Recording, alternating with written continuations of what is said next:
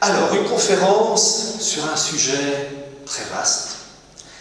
Et je vais traiter de sujets que j'ai déjà abordés dans de conférences. Je vais certes citer certains éléments que vous connaissez peut-être, rajouter des éléments nouveaux, mais dans la deuxième partie, je vais traiter d'un sujet que j'ai quasiment pas abordé et que j'estime être le cœur du mal du système mondialiste. Bien.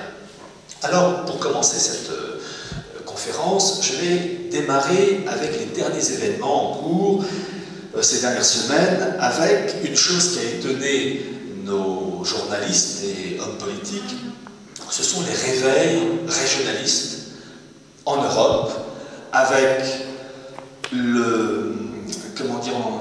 la signature entre le Premier ministre anglais Cameron et Alex Salmond pour l'Écosse d'un référendum prévu pour 2014. Tout le monde est tombé des nues.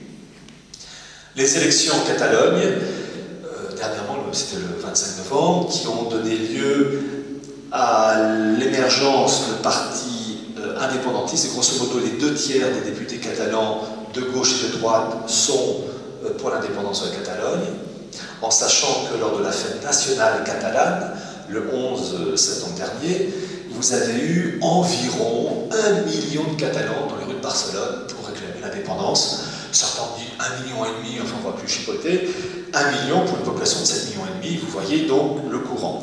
Et puis vous avez la Flandre, de Barde-Wever, qui elle aussi se réveille depuis un bon bout de temps d'ailleurs, entre donc la Flandre riche et la Wallonie francophone beaucoup plus pauvre.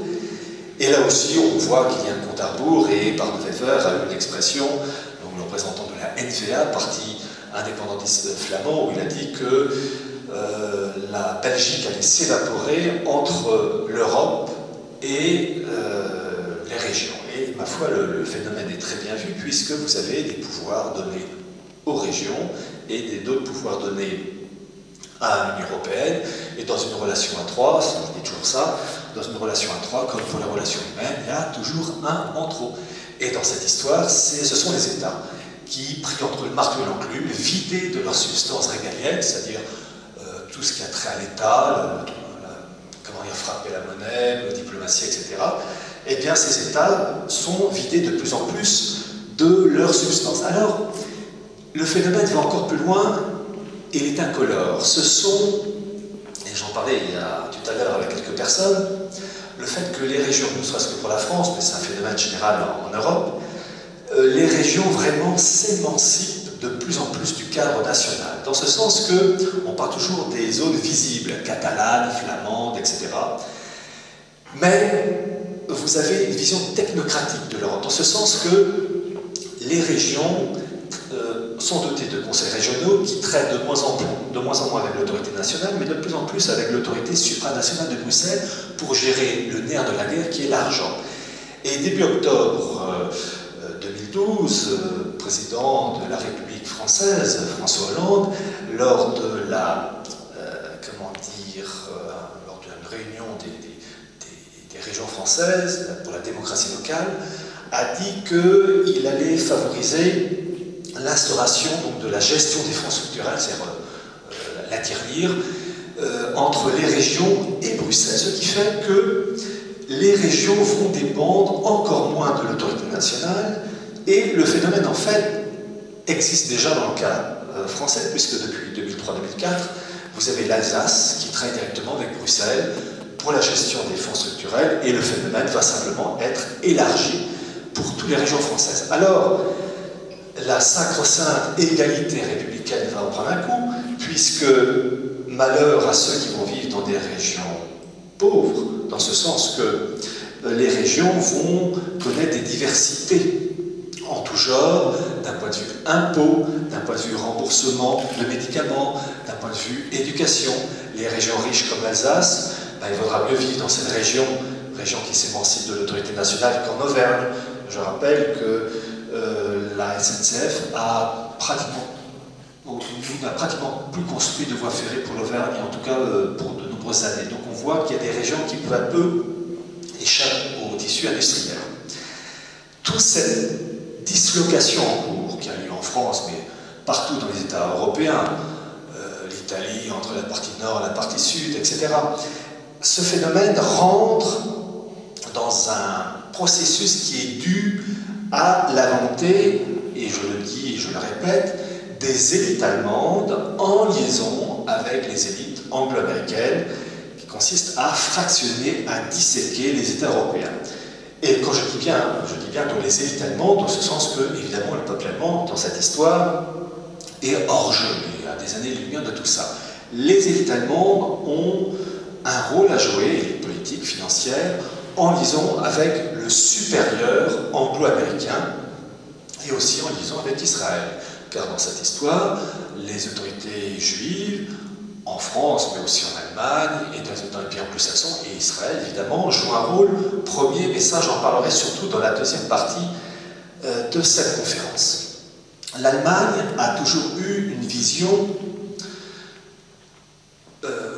provinciale dans le cadre du Saint-Empire romain germanique.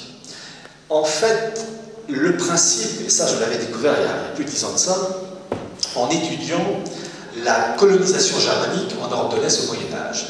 Et à chaque fois que les communautés allemandes s'installaient en Pologne, en Russie, etc., en Roumanie, eh bien ces communautés germaniques bénéficient d'une autonomie politique, fiscale, religieuse quand c'était des minorités allemandes, catholiques ou protestantes, qui ne dépendait pas de l'autorité du pays. Et ce principe qui était purement germanique, jusqu'au XVIIIe siècle, va s'européaniser à partir de la première moitié du XIXe siècle.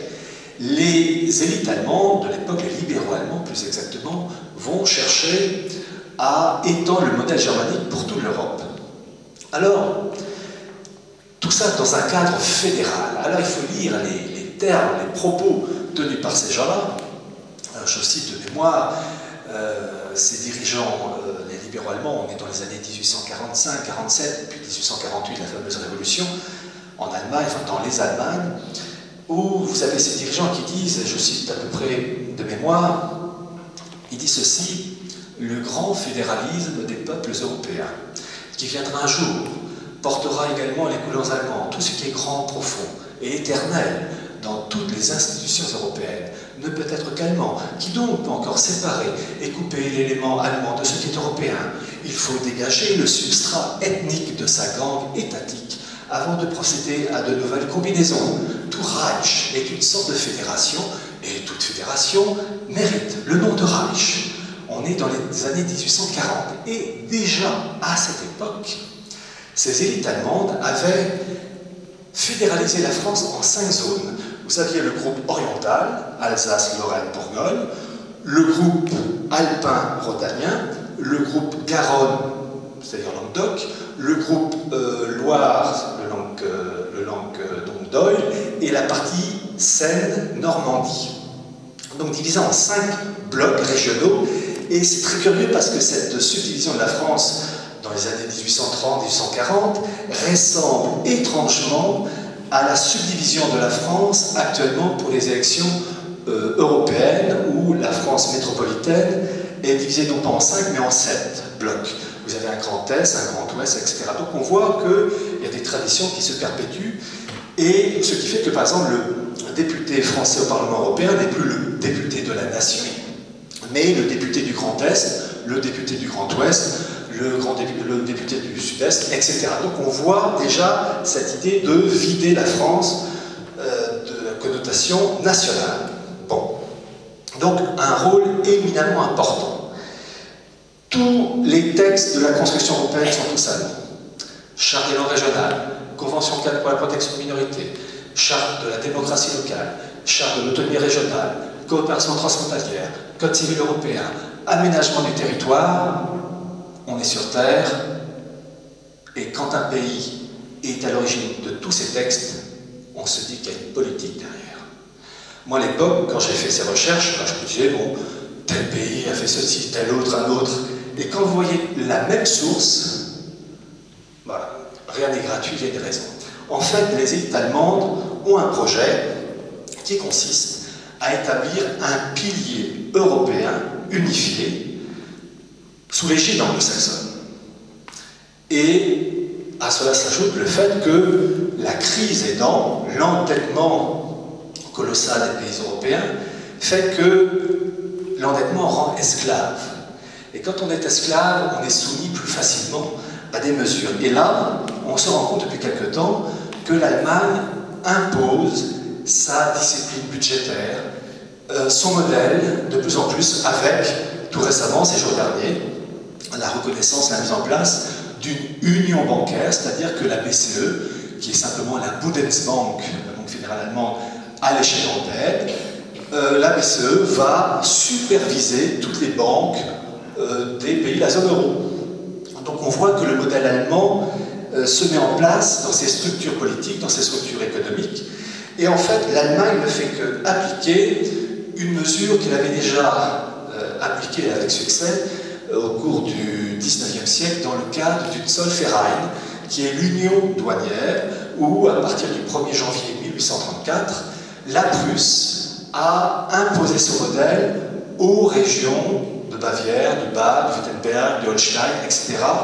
Et finalement, c'est une grande Prusse qui a vu le jour en janvier 1871, le Deuxième Reich, l'Allemagne. Eh bien, conserver le même modèle de raisonnement, la même méthode de raisonnement, et voyez l'Allemagne un peu comme la Prusse, avec des provinces qui s'appellent non plus le Württemberg, Bade ou Bavière, mais France, Italie, Espagne, Portugal, et ce modèle prussien, germano-prussien, de Berlin est imposé à toute l'Europe dans le cadre de l'Union européenne. C'est le même principe, simplement une échelle plus grande. Donc l'Allemagne joue un très grand rôle dans la mise en place d'une communautarisation de son système. Et en fait, le principe fédéral pour toute l'Europe a été décidé par les instances politiques allemandes en 1987, dans les préparations du traité de Maastricht qui allait aboutir donc à sa mise en place en 1992. Pilier européen pour l'Europe, pour donc créer un cadre organisé, un cadre qui doit aller de pair avec le pilier nord-américain.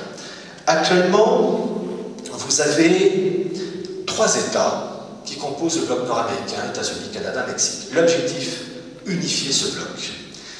Projet qui a été lancé officiellement en 2005. Vous avez même un reportage de CNN qui relate, CNN, le TF1 du coin. Il suffit d'aller sur Dailymotion YouTube, vous tapez North America, enfin même du Nord, Lou Dobbs, Lou, L-O-U, Dobbs, D-O-2-B-S, qui est le nom du journaliste américain de CNN, et vous avez le reportage de CNN qui explique en 2005 cette volonté de créer ce bloc nord-américain. Donc c'est archi-officiel, il n'y a pas un mot dans la presse française, avec quelquefois des petits signes amusants.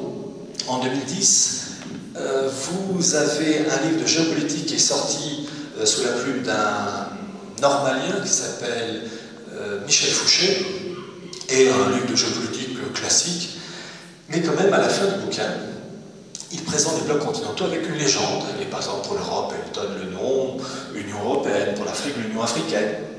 Et puis pour l'Amérique du Nord, ben, il aurait dû mettre ALENA. Il n'a pas mis ALENA, il a mis Union nord-américaine. C'est-à-dire qu'il a mis un mot pour caractériser l'existence d'un bloc unifié, politique, économique et militaire, qui, à l'heure où je parle, n'existe pas. Simplement, il a pris un peu d'avance. Les États-Unis sont dans une situation de pré-faillite, avec un endettement colossal, environ 16 000 milliards de dollars, des États fédérés qui veulent s'émanciper des États-Unis. C'est sur le site de la Maison-Blanche. Vous avez les États fédérés américains, à peu près une trentaine, un peu plus, même maintenant, qui veulent s'émanciper du gouvernement fédéral de Washington. Et actuellement, vous avez un État fédéré qui a le vent en poupe, c'est le Texas. Et sur le site de la Maison-Blanche, que vous pouvez donc consulter sans problème, ils ont, j'ai encore regardé ça hier soir, ils avaient 119 000 signatures en faveur de la sécession du Texas. Alors en fait, c'est qui signe?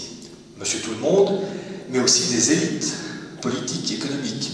Et il faut savoir que dans le cas du Texas, vous avez tout simplement le gouverneur de l'État du Texas, qui s'appelle Rick Perry, qui est pour la sécession du Texas. Et le phénomène et généralisée à différents degrés dans tous les États fédérés américains. Pourquoi? Raison d'ordre économique.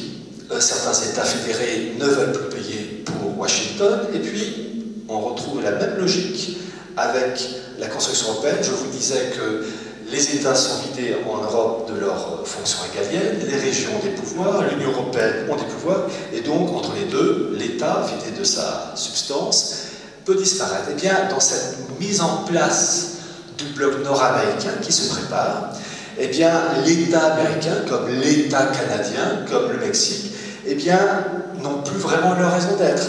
Je discutais récemment avec un Canadien qui me disait qu'il y a des États fédérés canadiens, il me citait entre autres une province du l'Ouest canadien qui s'appelle le Saskatchewan, où il y a une volonté de sécession. Donc on voit une dislocation des États nord-américains, mais dislocation qui va se retrouver au sein d'un périmètre élargi, l'Union nord-américaine, qui en théorie devait voir le jour en 2010. Dans les textes officiels, puisque le document est sorti en 2005, ça devait voir le jour en 2010. Mais là aussi, il ne faut pas se focaliser sur les dates. L'avantage de ces documents officiels, c'est de montrer une direction, et puis ensuite de montrer qu'on veut tel objectif pour une période 2010, en fait c'est 2012, 2013, 2014, mais pas 2050. Donc on voit une évolution. Et puis, cette création d'un bloc nord-américain repose aussi sur les faiblesses de l'État américain, et là actuellement, donc on est le 15 décembre, les États-Unis sont confrontés à ce qu'on appelle la falaise fiscale, où il faut que les États-Unis procèdent à des réductions drastiques des économies énormes de plus de 1000 milliards de dollars. Actuellement, la paralysie politique entre démocrates et républicains est telle qu'ils n'arrivent pas à s'entendre. S'ils n'arrivent pas à s'entendre, eh bien le 2 janvier 2013, vous avez plus de 1000 milliards d'économies qui seront faites d'une manière brutale, d'un coup, et qui vont ébranler encore plus l'économie américaine. Même si les républicains et les démocrates arrivent à s'entendre, ils sont obligés de procéder à des ponctions telles qu'on craint une récession et voire même un effondrement du système économique américain et du dollar.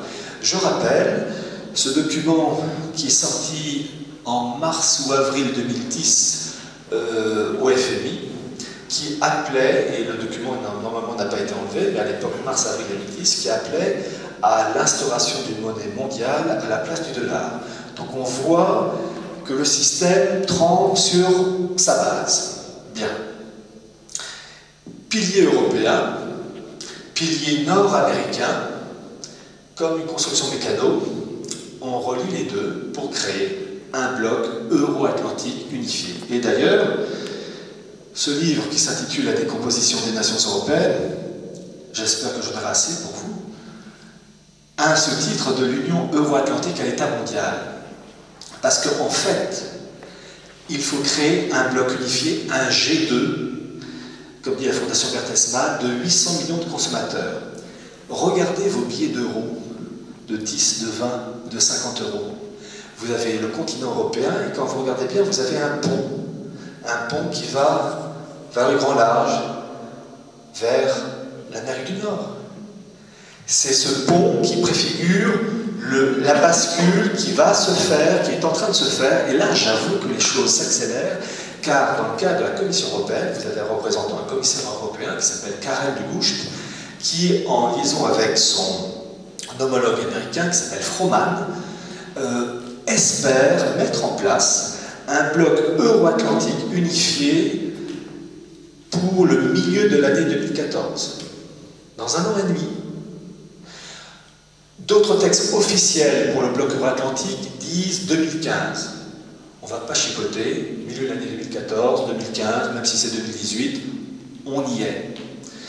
Et c'est très intéressant de voir que ces choses-là s'accélèrent, puisqu'ils ont lancé ce qu'ils appellent l'ACET. L'ACET, c'est l'accord de croissance économique transatlantique, qui consiste à créer un marché unique euro-américain, enfin euro-nord-américain, libre de toute entrave pour les produits, pour les biens, pour les services. Tout est privatisé, aussi lorsque je vois ces malheureux ouvriers de Florange qui crient parce qu'ils sont en train de se faire couler, qu'ils espéraient une nationalisation, mais s'ils savaient que la construction européenne déjà interdit les nationalisations, alors s'il y a l'article du TFUE, le traité sur le fonctionnement de l'Union européenne, l'article 345, qui permet peut-être certaines choses, mais de manière très ponctuelle, et en fait, vu la situation de Florange, ils ne peuvent pas l'appliquer, vu que c'est déficitaire,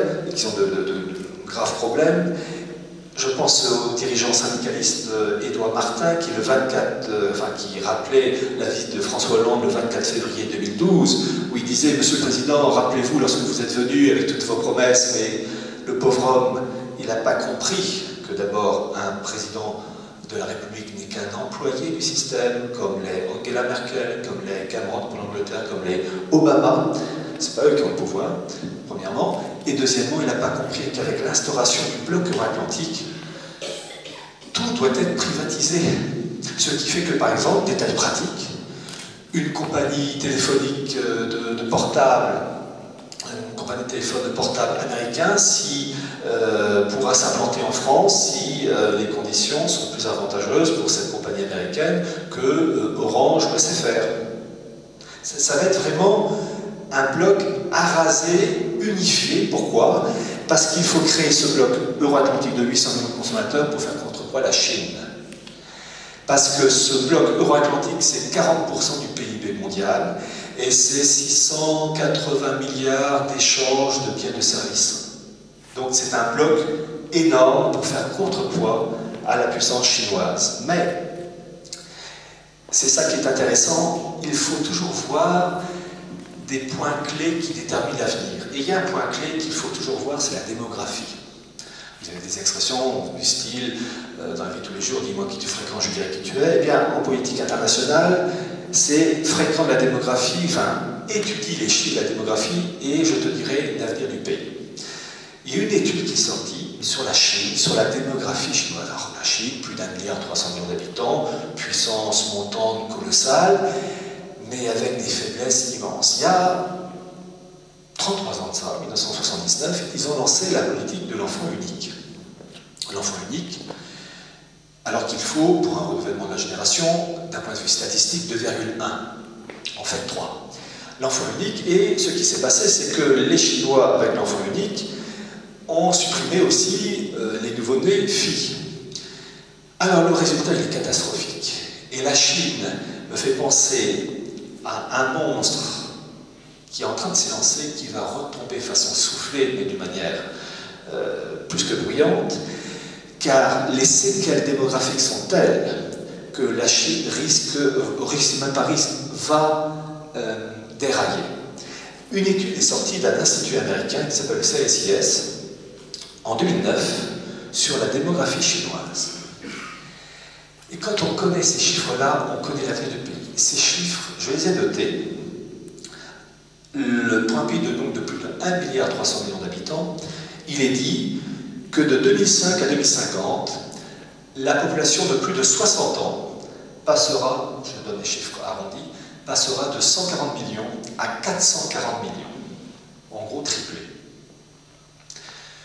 Que la tranche des 20 à 24 ans, d'ici 2030, va diminuer de 60%. La tranche des 20-24, d'ici 2030, c'est-à-dire très bientôt, 60% en moins. Pour la période 2010-2020, pour un pays d'1,3 milliard d'habitants, 1 million de Chinois vont rentrer sur le marché du travail. C'est-à-dire, c'est ridicule. 74 millions, pour la même période 2010-2020, vont passer le cap des 60 ans et donc s'engager dans l'âge de la retraite.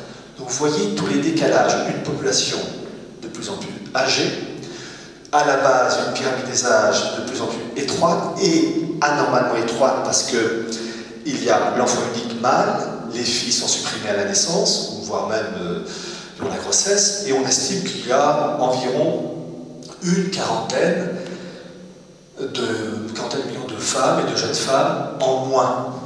Donc vous avez une quarantaine de millions de Chinois hommes qui se retrouvent, pardonnez-moi l'expression, comme des cons, en train de chercher la chinoise qui a été éliminée. Et j'ai toujours pensé que la chanson de Patrick Juvet, Où sont les femmes, avait un bel avenir dans ce pays. La Chine fait partie du monde mondialiste. Il y a un auteur que je vous encourage à lire, qui est mort à 35 ou 36 ans, en 1990-91, qui s'appelait Yann Moncomble. Et il a sorti, à l'âge de 25 ans, il avait 25-26 ans, un livre qui s'appelle L'ascension artistique du mondialisme, une forme de ce style-là. Livre en 1980 qui racontait l'obligation du mondialisme d'intégrer la Chine au système commercial. 1980. Et au système commercial et au nouvel ordre mondial. Et vraiment extraordinaire qu'un jeune homme de 25 ans, en 1980, ait eu le flair de dire la Chine va rentrer dans le nouvel ordre mondial parce que les élites occidentales et les élites anglo-américaines le veulent. Et il a apporté des informations très intéressantes. En France, on ne connaît pas les think tanks, les centres de recherche inconnus. Le CFR, le Centre de recherche politique étrangère américaine, qui connaît cet institut créé en 1921, quasiment personne. Pourtant, c'est là où c'est d'abord la politique étrangère américaine. Qui connaît Chatham House, l'équivalent du CFR pour la Grande-Bretagne, qui connaît cela, personne. Et pourtant, ça a un poids énorme. Qui connaît le CPIFA, créé en 1950 ou 51, qui est le Chinese People's Institute of Foreign Affairs, qui est le CFR chinois. En chinois et en anglais, ils ont un site internet. C'est vraiment un site extrêmement intéressant, riche d'informations. Il a été créé par qui? Par un Canadien qui s'appelait Walter Lockhart Gordon, qui était membre du CFR canadien, qui ne s'appelle pas CFR, mais qui à l'époque, enfin maintenant il s'appelle le CIC, et à l'époque il s'appelait le CIA, qui était le Canadian International Institute of Foreign Affairs, et qui maintenant s'appelle le CIC, qui est le Conseil international canadien. Ce sont les élites anglo-américaines et canadiennes, avec à leur tête ce fameux Gordon, qui était canadien, qui ont créé ce CPIFA, c'est le CFR chinois, pour créer des liens entre les élites anglo-américaines et le monde chinois. La Chine représente un modèle pour le monde anglo-saxon de socialisme de marché, où on fait travailler dans des conditions très très dures les populations pour des résultats financiers, enfin des résultats et des salaires peu intéressants. Vous avez peut-être vu une émission qui est sortie, enfin un reportage il y a quelques jours sur cette compagnie, je ne sais plus, je crois que c'est de portable, la condition du monde ouvrier chinois, c'est la barbarie, avec les suicides qui vont à... Bon. En fait, c'est ce modèle-là que les anglo-saxons admirent et encouragent. Et c'est très intéressant de savoir que le Kissinger, l'âme damnée de la politique américaine, il n'est pas le seul, hein. Il y en a beaucoup. Enfin, à ce niveau-là, on est tous, ils sont tous damnés. Encourage ce modèle qu'on veut imposer en Europe.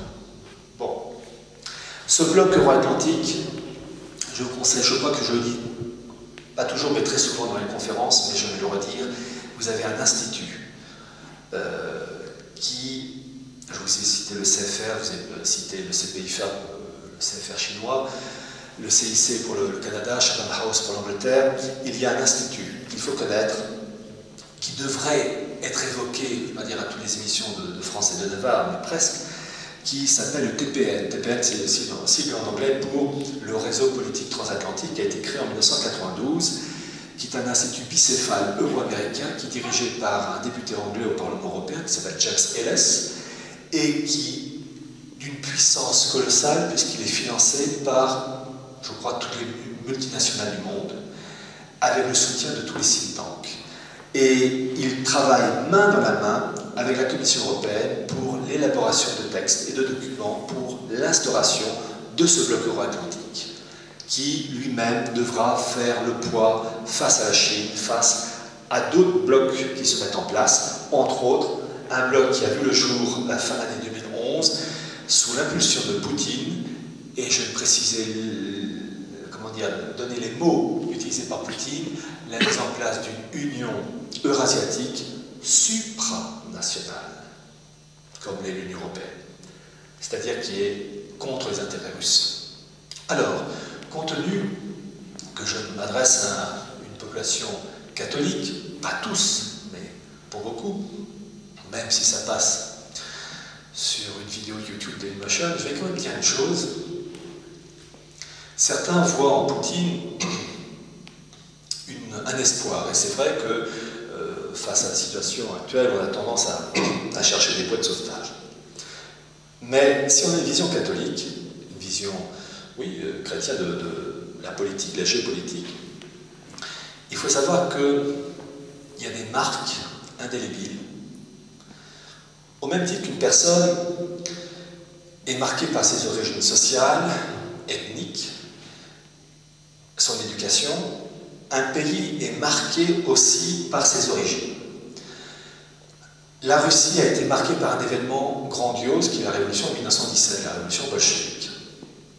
Comme la France a été marquée par un événement grandiose qui est la révolution de 1789. Ces révolutions sont d'abord et avant tout des révolutions d'essence satanique. Et tant qu'il n'y a pas eu le contrepoison pour effacer cette marque préternaturelle, il n'y a pas d'espoir. Quand la Sainte Vierge, que je vois la Sainte Vierge de Guadalupe, demande à Fatima, à l'apparition de Fatima, la consécration de la Russie à son cœur immaculé, qu'est-ce qu'elle propose en fait? Le contrepoison. La marque satanique de la révolution bolchevique de 1917 ne peut être effacée définitivement que par une marque divine, un contrepoison, et c'est la consécration de la Russie à son cœur immaculé, chose qui n'a pas été faite. Donc tant qu'il n'y a pas eu ça, il n'y a pas d'assise saine pour la Russie. Donc Poutine, il ne faut pas compter. Il peut dire des choses justes, des remarques justes, mais le fond est véreux et n'est pas solide. Pareil pour la France. Tant que la France n'aura pas été nettoyée de son principe satanique de 89, comme le demande en particulier le Christ avec la consécration de la France au Sacré-Cœur, qui est le contrepoison, tant qu'il n'y a pas ça, il n'y a pas de renouveau véritable. Ceux qui ont par exemple cru au lendemain de la guerre de 1945 à De Gaulle, eh bien ils ont eu tort, parce que De Gaulle a rétabli les principes de 89. Le fond de l'histoire est toujours religieux. Alors si on est athée, ce que je dis n'a aucun sens. Mais si on est catholique, si on a une vision catholique des choses, eh bien la Russie, tant qu'elle n'a pas eu ce contrepoison qui est la consécration de la Russie à son cœur immaculé de Marie, eh bien la Russie, il n'y a rien à attendre de bon. Ça n'engage que moi. Alors, la situation actuelle, vous le savez, elle est explosive avec ce qui se passe dans les pays du Proche-Orient, la Syrie, la crise actuelle en Europe, même si notre glorieux président dit que la crise de l'euro est passée, en fait, j'espère qu'il ment, parce que si vraiment il croit ce qu'il dit, la situation est pire alors que je le croyais. Et ce qui se passe aux États-Unis, la crise financière, enfin bref, on a une avalanche. Alors, avant d'aborder la deuxième partie, il y a quand même une chose que je vais rappeler dans les événements du Proche-Orient. Les gouvernements de ces pays-là sont corrompus, un népotisme. Leurs salaires font qu'ils arrivent à avoir des milliards et des milliards d'euros, de dollars sur leur compte personnel, tout simplement. Les dirigeants de ces pays-là confondent la cassette de l'État, enfin les caisses de l'État, avec leurs biens personnels. Mais même si ces pays les dirigeants sont corrompus, il n'empêche qu'on aide à accélérer le processus de crise, et ce qui se passe actuellement en Irak, en Syrie, en Égypte, où ça bouillonne, n'est pas l'effet du hasard. Vous avez un haut fonctionnaire du ministère des Affaires de la Défense ou des Affaires étrangères israélien qui, en 1982, il s'appelait Oden Yinon, annonçait, il y a 30 ans de ça, l'éclatement de tous les pays musulmans en fonction des critères ethniques et religieux. Et la crise, crise économique, crise financière, crise d'endettement, etc., cette crise n'est là que pour activer ce phénomène de partialisation des États. Car il faut, dans le choc des civilisations qui est annoncé, qui est voulu, créer les tensions nécessaires qui justifient le passage à une étape supérieure, c'est-à-dire la confrontation entre l'Occident et le monde musulman. Je rappelle que l'expression choc des civilisations est une expression ancienne qui date de 1957, sous la plume d'un juif anglais naturalisé américain qui s'appelle Bernard Lewis et qui est conseiller du président Obama. Et il a mis aussi d'une autre canaille qui s'appelle Brzezinski, que j'évoquerai tout à l'heure dans la deuxième partie pour comprendre les origines du mondialisme. Et on voit qu'il y a une volonté de créer des chocs pour passer à un monde supérieur. C'est ce qu'on appelle, enfin je ne dis pas pour le moment le nom des personnes à l'origine de ça, mais c'est ce qu'on appelle les douleurs de l'enfantement. Avant une naissance, il y a les contractions et les douleurs, sauf si il y a une péridurale évidemment. Et ce qu'on voit, c'est la volonté de passer d'un monde à un autre. Et pour cela, il faut créer le malheur et un choc. Et là, je vais maintenant rentrer un peu, même beaucoup si je puis, enfin je vais comment le faire, sur les origines du mondialisme. Voyez-vous, je disais tout à l'heure que pour comprendre une personne, avant de voir son CV, ses diplômes, sa vie, son compte en banque, il faut étudier ses origines, sa famille, ses parents, ses grands-parents, ses arrière-grands-parents. Il faut voir dans quel nid l'enfant est né, ce qu'il a reçu, l'origine sociale, formation religieuse ou pas, le niveau d'études. Il y a plein de critères qui forment ou déforment une personne. Et ce qui est vrai pour une personne l'est aussi pour un pays. Actuellement, on voit plein d'événements qui vont tous dans la même direction. Quelquefois, ça fait une pause, quelquefois, ça ralentit, mais toujours, ça va dans la même direction. Et cette crise qu'on voit, elle repose sur un courant philosophique et religieux qui est quasiment pas évoqué et que je considère comme le cœur du mondialisme, qui est le noachisme. Et là, je vais commencer à expliquer d'où ça vient, comment, pourquoi et les conséquences. Le noachisme, c'est en relation avec Noé, qui après le déluge, homme juste, est sauvé et qui va rebâtir, enfin relancer la vie sur Terre. Le noachisme est défendu par la synagogue. Il y a depuis 2000 ans un problème entre l'Église et la synagogue, qui est que pour l'Église catholique, le Christ est le Messie, mort et ressuscité. Pour la synagogue et ses représentants rabbiniques, c'est une hérésie. C'est un prophète qui a existé, mais ce n'est sûrement pas le Messie, car eux, ils l'attendent toujours. Et ces élites rabbiniques estiment qu'ils sont les seuls dépositaires de la véritable religion et que finalement ce catholicisme est une hérésie et une hérésie à abattre. Alors pendant des siècles, l'Église est montée en puissance avec des creux de vague, et puis des creux de vague qui ont commencé surtout à partir de la Renaissance, avec la Réforme aussi. Et les choses sont allées en s'accélérant jusqu'à Vatican II, où là vraiment on est dans la zone de la dépression. Et on y est encore.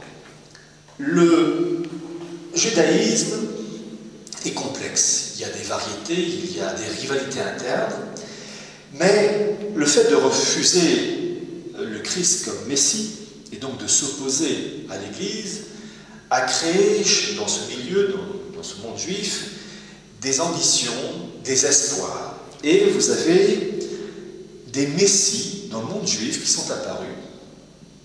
Et qui sont apparus parce que vous avez des grands représentants du monde rabbinique qui ont favorisé et étendu cet espoir messianique. Et vous avez par exemple un rabbin du XVIe siècle qui s'appelait Isaac Luria, 1534-1572, qui a élaboré une vision du monde qui a fortement imprégné le monde rabbinique, le judaïsme, qui est la théorie du chaos. Favoriser le mal en vue d'un bien. Et cette vision a touché le monde juif, et entre autres le monde juif d'Europe centrale, et vous avez, au XIXe siècle, vous avez eu un messie juif qui s'appelait Sabbatai Tzvi, 1626-1676, je crois, qui a joué un très grand rôle car il s'est opposé au monde juif talmudique, qui est Talmud, c'est la compilation des écrits rabbiniques. Il s'est opposé au monde talmudique et il s'est converti officiellement à l'islam, lui et ses disciples. Alors, il va falloir bien comprendre ceci. Cette conversion était fausse, dans ce sens que ces gens, style Sabbatai Tzvi, sont favorables à, à une lutte contre le dogme juif qui est le Talmud. Mais la lutte contre le Talmud ne veut pas dire rejeter tout le judaïsme. Et le fait de se convertir à l'islam, comme l'a fait Sabbatai Tzvi et ses disciples, ça a été une conversion à l'islam fausse, avec ce mélange, cette contradiction entre les apparences, apparemment musulmans, mais tout en restant fidèle à certains aspects du judaïsme, mais pas à tous. Et cette secte judéo-musulmane a perduré. Et elle a perduré, entre autres, dans l'Empire ottoman, dans les Balkans, mais dans l'Empire ottoman. Et cette secte s'appelait les Dönmei. Et le représentant le plus célèbre de ces Dönmei s'appelait Atatürk, Mustafa Kemal. Et on comprend beaucoup mieux la politique de Mustafa Kemal quand on voit comment il a réformé la Turquie, avec une Turquie qui a adopté des principes occidentaux. Car la mutation voulue par ces Dönmei, c'est une mutation qui consiste à aboutir à un monde nouveau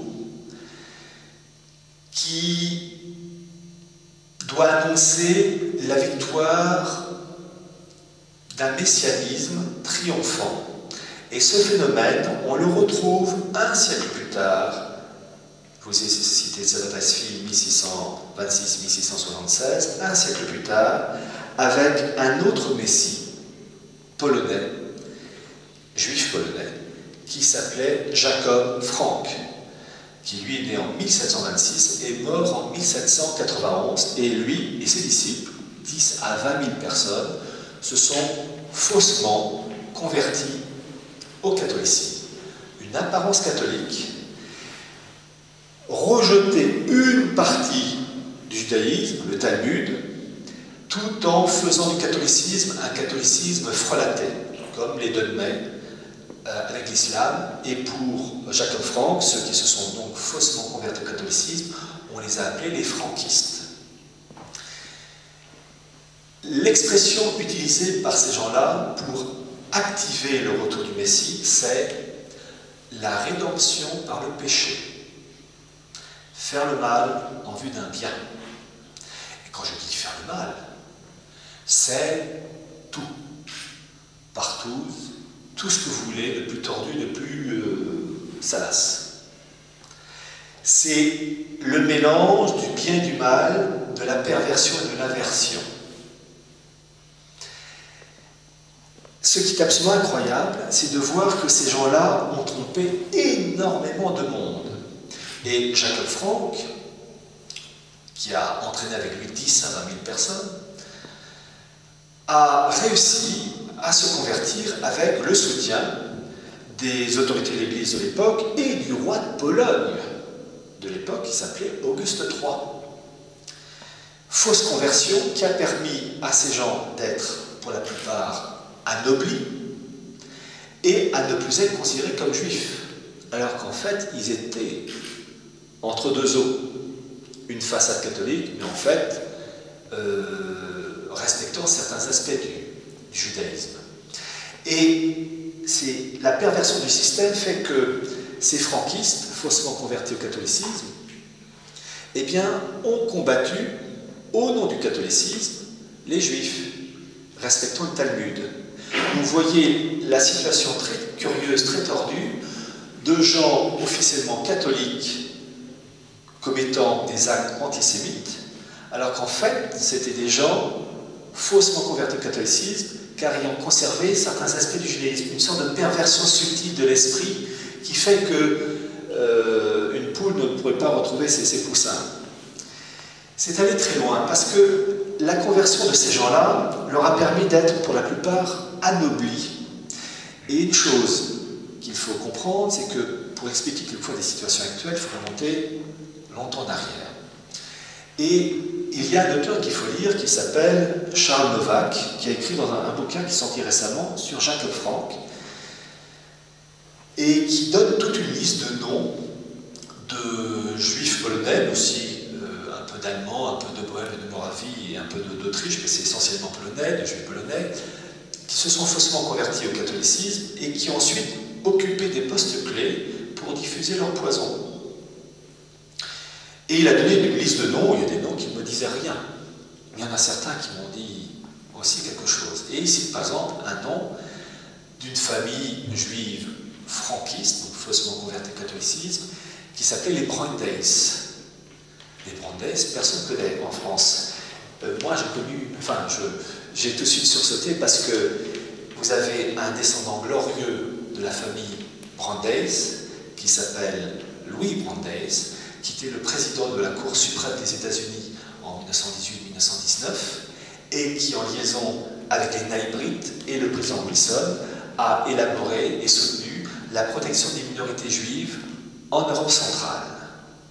Et il y a un seul document qui en parle, c'est une thèse écrite par un juif d'ailleurs en 1929 qui s'appelle Nathan Feinberg, thèse d'origine que je possède et que j'ai scannée et qui est sur internet, que vous pouvez tous consulter.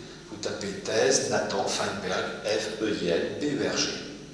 Donc vous voyez comme l'action, le changement de position de ces gens-là a permis ensuite à ces populations qui ont ensuite émigré, pour certains en Amérique du Nord, d'occuper des postes clés. Il faut savoir qu'avec le temps, certains, avec l'usure de temps, se sont réellement convertis au catholicisme, d'autres sont restés entre deux eaux. Donc il y a tous les cas de figure, toutes les nuances. Et puis, voilà, toute la liste qu'il donne.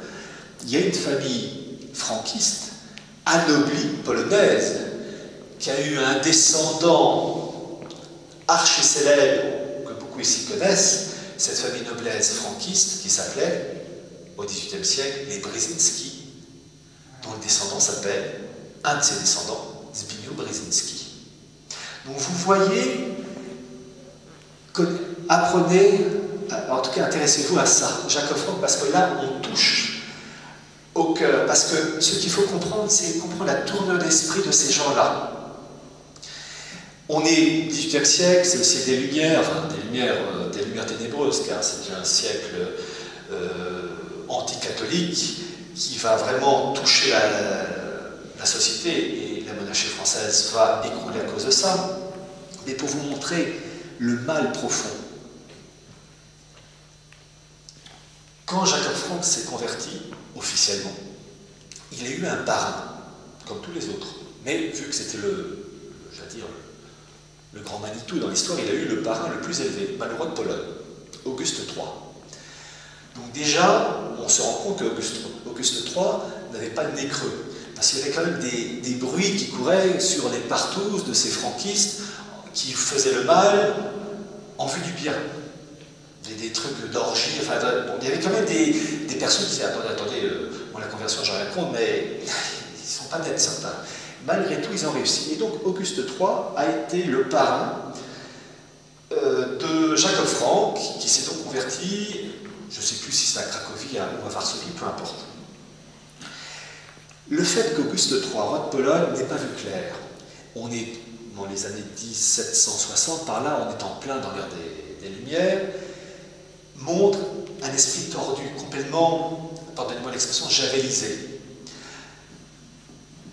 La cour du roi de Pologne était pourrie, car ces milieux franquistes, anoblis, ont occupé les postes de cette cour, ont donc diffusé leur poison. Donc vous voyez l'atmosphère délétère dans laquelle baignait cette cour de Pologne, avec Auguste III à sa tête. Ce Auguste III, mais il a eu des enfants. Les enfants ont baigné, là aussi, dans une atmosphère délétère, subtilement tordue, pas tordue à la Cohn-Bendit, tordue avec les apparences du bien, mais en même temps pas bien, le truc se mélange de catholique mais du juif, enfin bref, pas net. Et parmi les enfants d'Auguste III, il avait une fille qui s'appelait Marie-Joseph de Saxe, qui s'est mariée, qui a eu 4 fils. L'aîné des 4 fils est mort à l'âge de 10 ans, et les 3 autres s'appelaient, en sachant que c'est la femme qui transmet l'âme du foyer, les idées, bonnes ou mauvaises, eh bien, les 3 enfants s'appelaient Louis XVI, Louis XVIII et Charles X. Auguste III, parrain de Jacob Frank, était le grand-père de Louis XVI, de Louis XVIII et de Charles X. Donc vous voyez, comme Louis XVI a eu, quand on voit le règne de Louis XVI, il y a un comportement très curieux qui ne convient pas à comment dire, à ce qu'un roi de France doit être, fils aîné de l'Église. Et en fait, Louis XVI a baigné dans une atmosphère vérolée, qui lui a fait commettre des actes, comme par exemple financer sur ses propres deniers la synagogue de Metz. Évidemment, pour un roi de France qui est chargé de défendre le catholicisme, c'est illogique, ça ne se fait pas.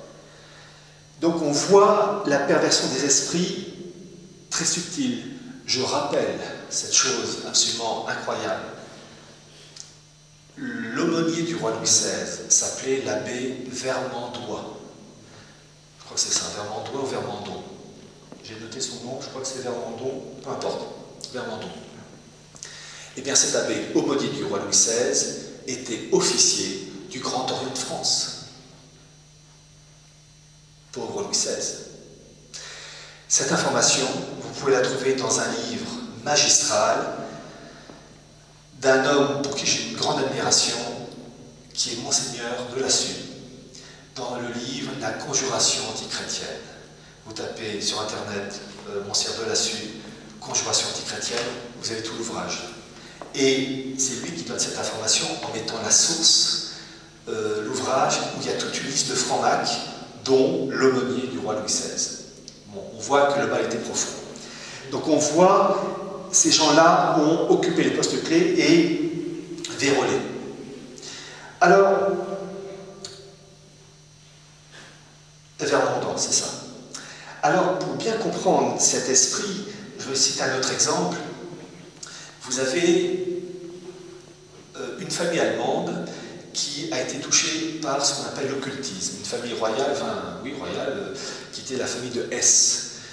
Et vous avez un de ces princes qui s'appelait Alexandre de Hesse. L'occultisme, c'est quelque chose qui, pas net du tout, qui frôle et qui frise avec le satanisme, mais il faut savoir que depuis la Renaissance, l'occultisme est monté en force. Lisez un ouvrage extraordinaire d'un religieux français qui était fin, il est mort presque 100 ans, qui était fin 16e siècle, début 17e siècle, qui s'appelait Jean Boucher, qui était un ligueur, qui, face à la montée du protestantisme, a dit que l'occultisme allait monter en force. Il avait parfaitement vu clair, l'occultisme est monté en force et a touché les familles régnantes, dont la famille de Hesse. Pourquoi je vous en parle? Parce que vous avez un de ses représentants qui s'appelait Alexandre de Hesse, qui va se marier avec une jeune femme qui s'appelait Julie Hauke, H-A-U-K-E, qui était dame d'honneur de la tsarine, mariée à, je crois, l'empereur, le tsar Paul Ier.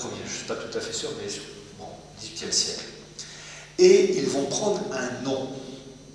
Alors, cette dame demeure était franquiste. Julie Hauke était franquiste. Donc, on a le mariage d'Alexandre de Hesse, favorable à l'occultisme, avec le milieu franquiste, qui touche toutes les élites polonaises, allemandes, russes. Et cette famille très importante va prendre un nom. Ils vont s'appeler les Battenberg. Et ces Battenberg, grande famille princière, issue de l'occultisme et du mouvement franquiste, vont émigrer en Angleterre.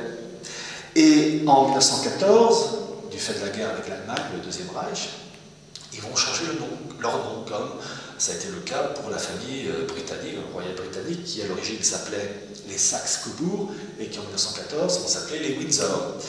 Eh bien, les Battenberg, nom germanique, donc issus de ce milieu occultiste et franquiste, nous avons ensemble, va changer de nom en 1914 pour s'appeler les Mountbatten.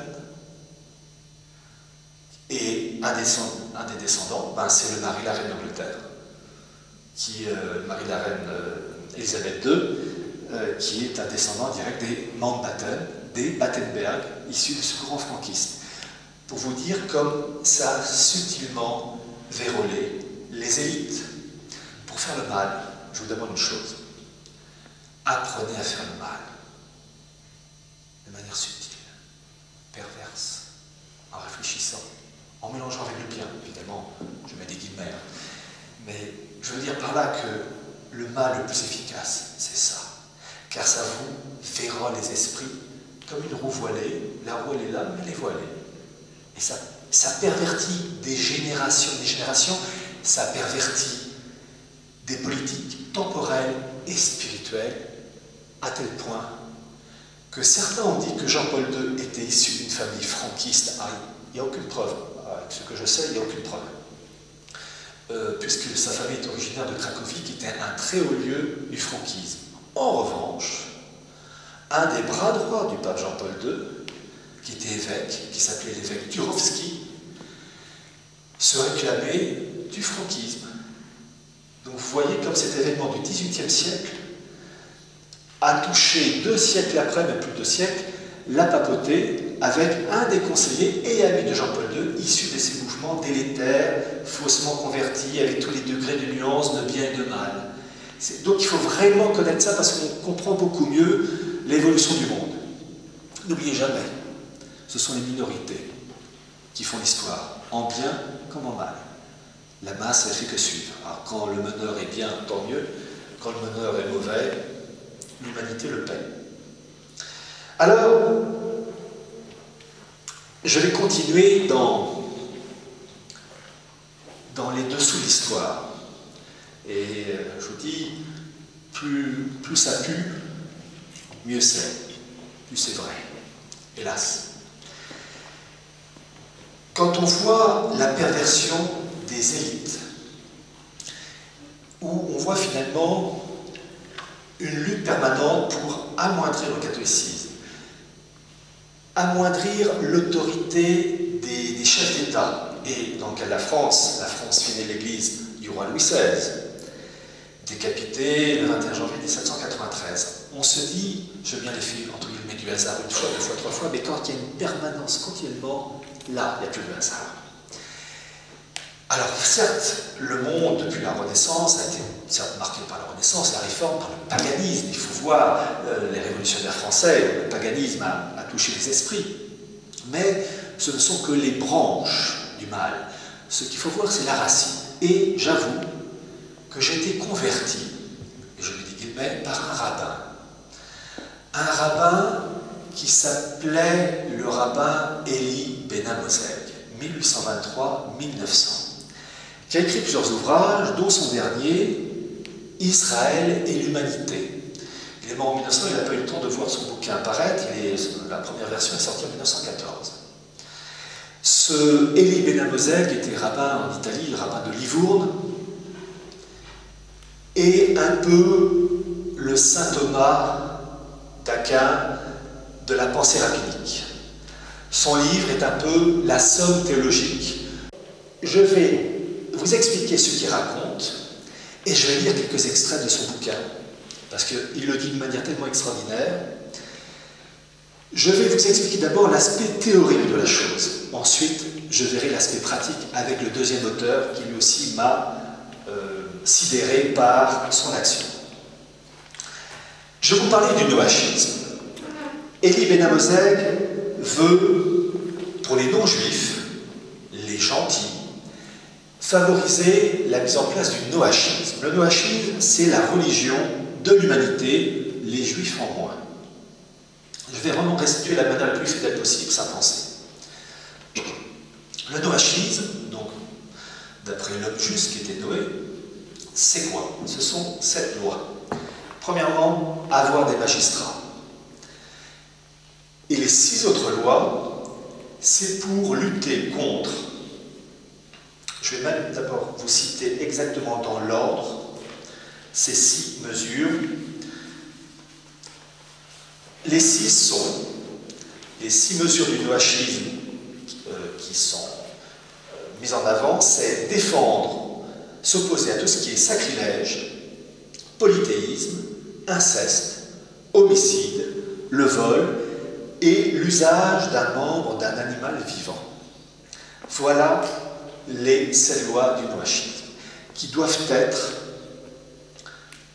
la loi religieuse de l'humanité entière, les juifs en moins. Les juifs, eux, ils ont leur religion, le judaïsme, le mosaïsme, mosaïsme. Et le noachisme, c'est tout le reste. Qu'est-ce que le noachisme? C'est la religion universelle. Et je cite l'expression d'Elie Ben Amozeg, le noachisme, c'est le catholicisme d'Israël.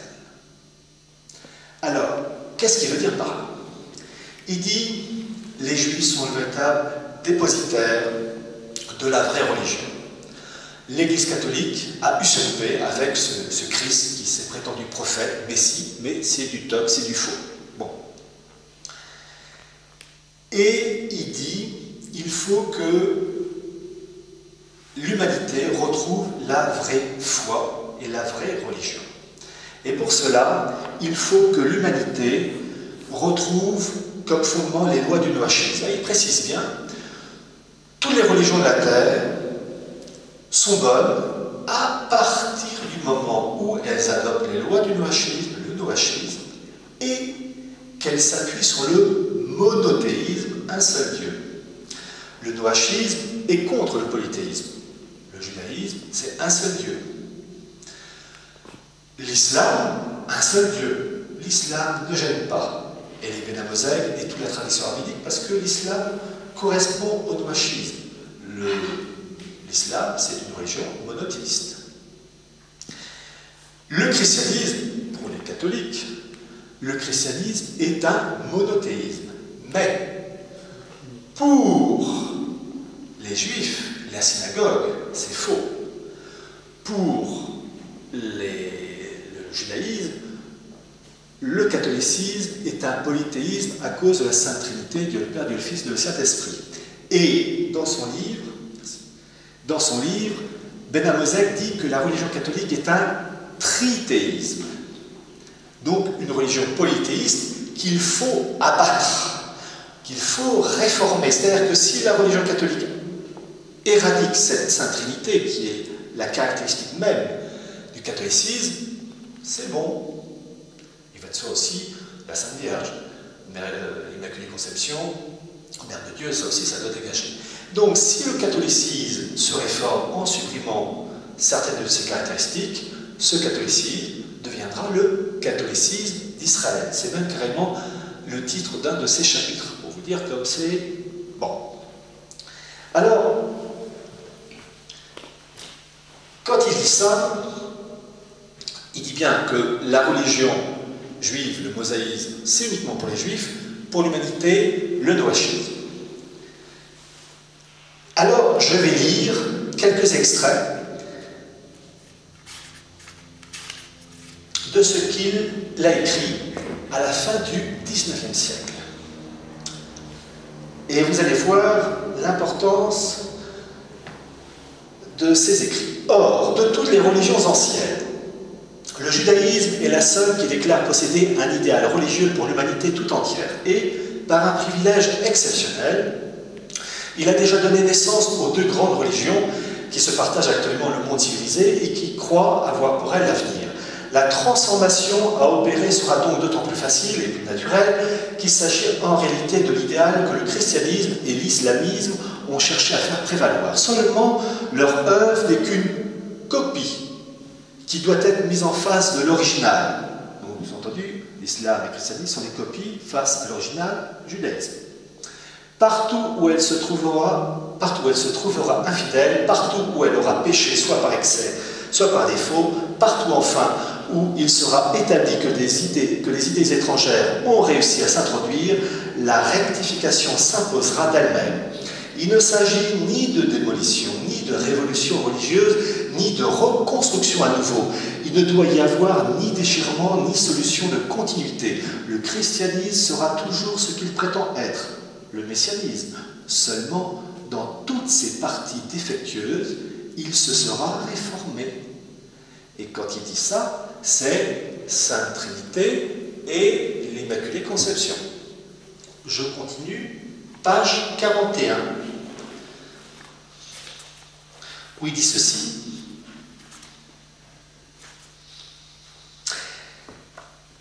Telle est la conception juive du monde. Au ciel, un seul Dieu, monothéiste. Retenez bien cette expression, parce que lorsque je vais voir l'aspect pratique, en particulier dans Vatican II, vous allez voir qu'ils ont la suite dans les idées. Telle est la conception juive du monde, au ciel un seul Dieu, Père commun de tous les hommes, et sur la terre une famille de peuples, parmi lesquels Israël est le premier-né, chargé d'enseigner et d'administrer la vraie religion de l'humanité dont il est le prêtre. Je reprends cette phrase, parmi lesquels Israël est le premier-né, chargé d'enseigner et d'administrer la vraie religion de l'humanité dont il est le prêtre.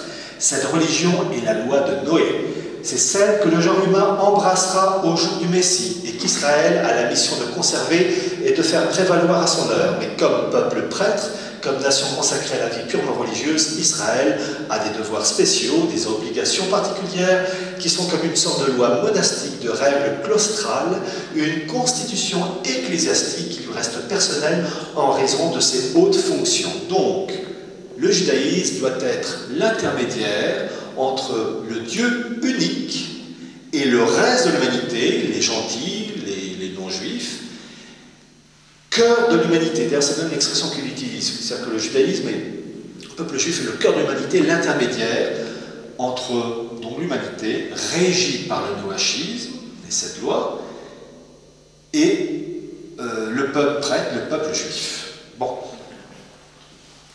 Très intéressant. Qu'est-ce qu'il dit en particulier, Ben Amozek? Je rappelle que c'est une compilation de la tradition rabbinique.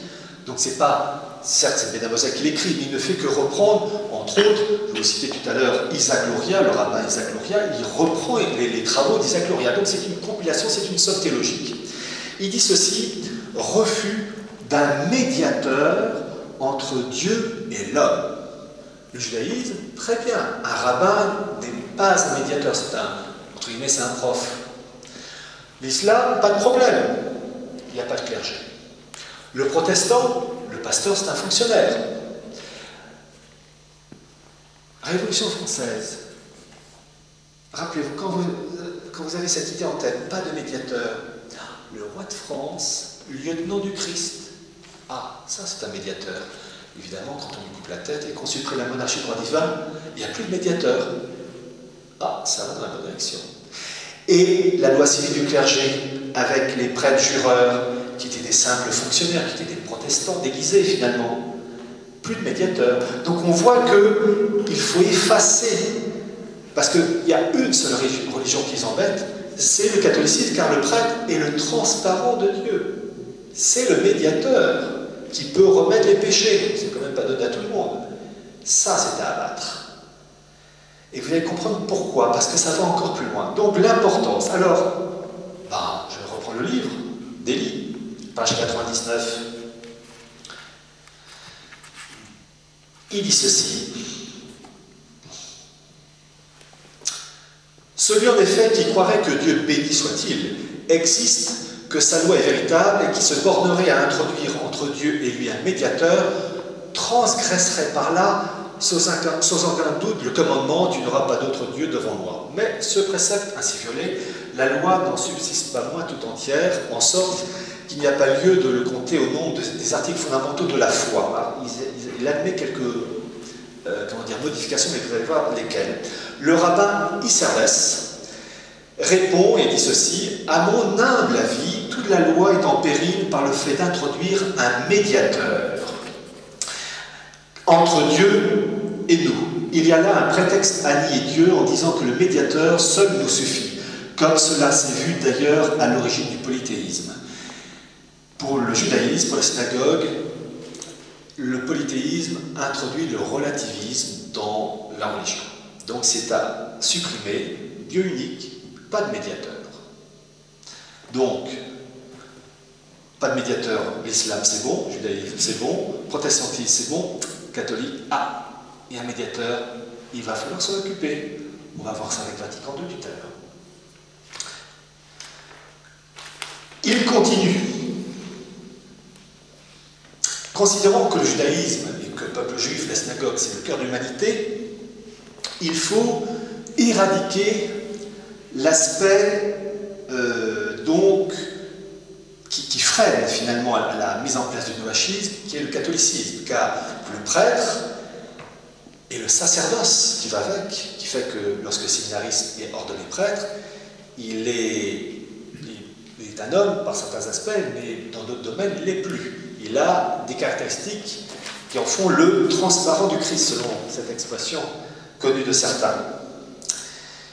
Et vous avez une formule de Benin Moselle qui est très intéressante, où il dit ceci.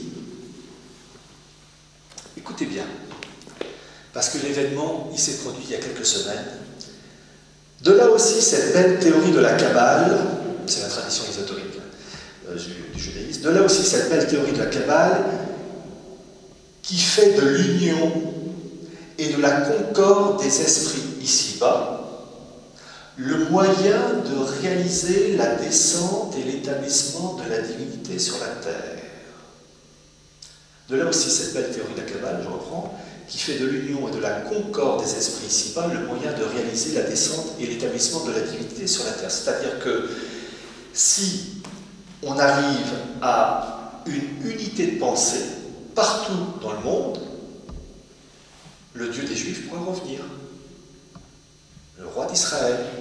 Mais il faut d'abord une unité de pensée, le noachisme pour les non-juifs, le mosaïsme pour les juifs. Or, il s'est produit un événement énorme, il y a quelques semaines de ça, le dimanche 23 septembre 2012, vous avez tous les dirigeants officiels, j'entends, de toutes les communautés juives du monde qui ont demandé à leurs disciples de réciter une prière très courte en faveur du retour de Messie. Et chose qui s'est faite en France, je crois que c'était à 17h, avec décalage horaire. Et donc, si les communautés juives partout dans le monde ont demandé la récitation de cette prière pour le retour du Messie, c'est qu'ils estiment que l'organisation matérielle sur Terre est suffisamment avancée, ou en tout cas conforme aux intérêts de la synagogue, pour être parachevée par le dernier élément, le roi des Juifs, le Messie. Alors si on est juif, c'est le Messie. Si on n'est pas juif, si on est catholique et qu'on estime que le Christ est le Messie, c'est pas le Messie qu'ils appelaient, mais Satan. J'avoue que j'ai tendance à mettre ça un peu dans... Voilà. Donc vous voyez, donc retenez bien ceci. Monothéisme, pas d'intermédiaire. Ah, il y a une petite nuance, ils disent pas d'intermédiaire. À la rigueur, on peut admettre des intermédiaires, mais à partir du moment où les représentants religieux admettent le monothéisme. Si on est intermédiaire, médiateur, mais polythéiste, sous-entendu catholique, là c'est pas bon. Si on est médiateur, mais on admet le monothéisme, c'est-à-dire que en fait le catholicisme est éradiqué par la Sainte Trinité, là c'est bon. Donc vous voyez, uniformisation des esprits. Et à partir du moment où l'organisation matérielle terrestre est conforme, matérielle et spirituelle et conforme à leurs intérêts, là, on peut appeler le Messie pour qu'il vienne, chose qu'ils ont faite le 23 septembre. Vous pouvez tous taper sur Google le 23 septembre 2012, Juif Messie, et vous aurez l'embarras du choix, des prières, des vidéos, enfin bref, c'est archi officiel, je ne sais pas si vous étiez au courant, pour quelques-uns, voilà. Mais c'est quand même révélateur. Alors, le noachisme est, selon l'expression même d'Elie Ben Hamozeg, la loi catholique ou religion universelle. Page 384, si vous voulez un jour vérifier. Donc, il y a une opposition donc, complète entre donc, le judaïsme et le catholicisme, qui va aussi dans le domaine du péché originel. Le Christ est venu sur terre, est mort sur la croix et ressuscité pour laver du péché originel. Mais pour les Juifs, le péché originel n'a pas le même sens que nous. Reprenons ce que dit Ben Hamozeg, page 180. Qu'est-ce que le péché d'Adam pour l'hébraïsme? Ce qu'on peut affirmer, c'est que, quelque idée qu'on s'en forme, il n'a pas eu, au point de vue juif, des conséquences si funestes que la nature de l'homme ait été irréparablement corrompue par lui et que l'existence et les destinées humaines se soient trouvées par son influence empoisonnées à jamais. Le mosaïsme, dit Hartmann c'est un écrivain, un philosophe, le mosaïsme exprime de la façon la plus nette la foi dans la possibilité de réaliser ici-bas la félicité de l'individu, soit dans les espérances qu'il enseigne, soit dans l'optimisme de ses conceptions générales sur le monde qui n'ont rien de transcendant. Raisonner ainsi, c'est n'envisager qu'un côté du problème.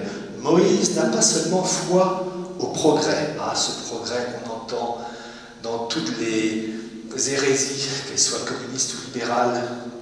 Moïse n'a pas seulement foi en progrès, il a foi encore en la nature humaine qui en est la principale ouvrière et qui, si elle était irrémédiablement viciée, ne pourrait rien opérer de bien. Le péché originel, nous le répétons, n'est donc nullement pour l'hébraïsme ce qu'il est devenu plus tard dans le christianisme, et la corruption morale que lui attribue la croyance chrétienne est étrangère à la pensée juive.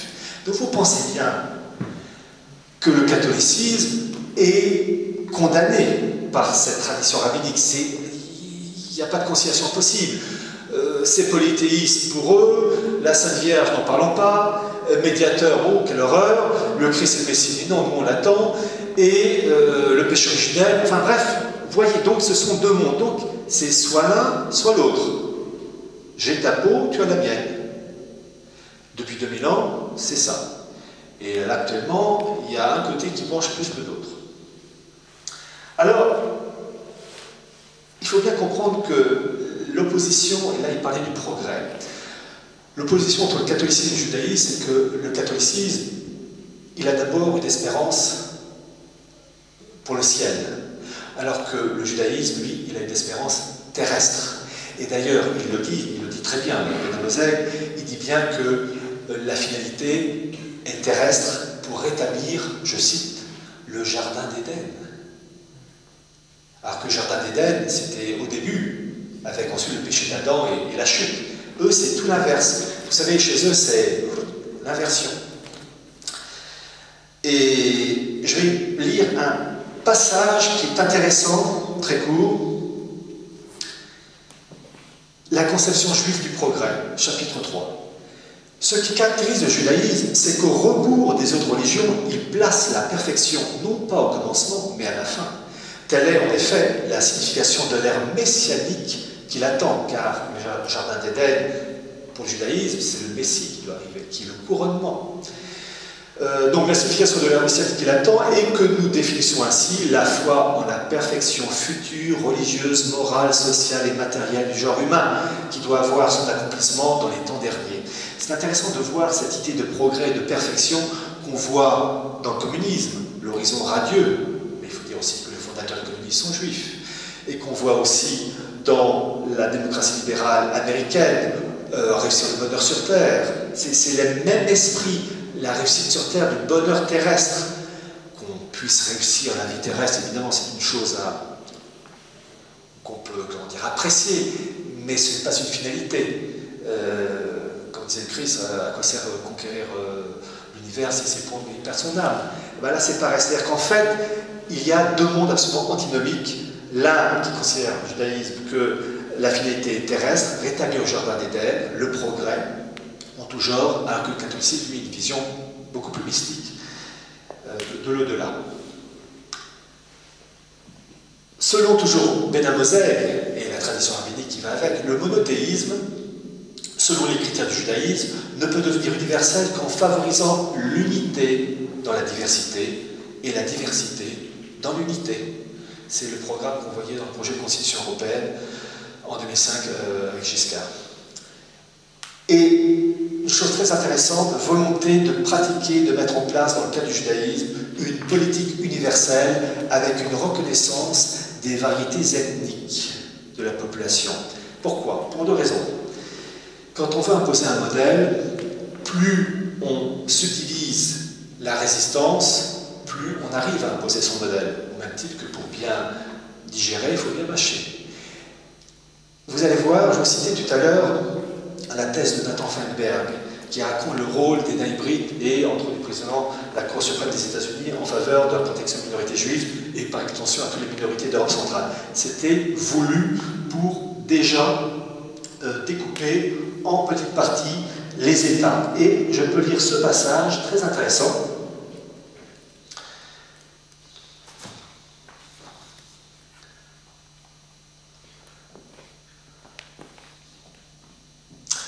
Cette place particulière accordée à Israël n'est donc pas, comme on l'a vu trop souvent reprocher aux Juifs, un égoïste privilège. C'est le complément religieux nécessaire à la constitution de la grande famille humaine. Dans le monde des nations qui constituent une grande famille, Israël apparaît comme le cœur de l'humanité avec une fonction toute particulière et la glorieuse mission de travailler à l'unité future de tout le genre humain. C'est la gouvernance mondiale, avec les lois du Noachim et le mosaïsme pour le peuple prêtre intermédiaire entre les gentils et le Dieu unique monothéiste. Alors, je vais aussi citer ce que raconte donc le rabbin Ben Amozeg et compilation en fait de la tradition rabbinique. Et je vais vous citer ensuite les côtés pratiques. Je vous ai cité le noachisme, les 7 lois du noachisme. Depuis des années, on vous parle continuellement des droits de l'homme. Qu'est-ce que les droits de l'homme? Les droits de l'homme, c'est du noachisme appliqué. C'est en fait ce que le noachisme présente, c'est, j'allais dire, une formule générique. Les droits de l'homme, c'est du noachisme appliqué, développé, affiné, subdivisé pour régenter l'humanité entière, les gentils, avec des magistrats, c'est-à-dire l'autorité politique, pour permettre la bonne application de ces lois noachides. C'est ça. Je vous ai cité la thèse de Nathan Feinberg en faveur de la protection des minorités dans le traité de Versailles. L'homme qui a mené la bataille en liaison avec les naïbrites, avec le président Wilson et le président de la Cour suprême des États-Unis, Louis Brandeis, en 1918-1919, s'appelait Léon Motzkin.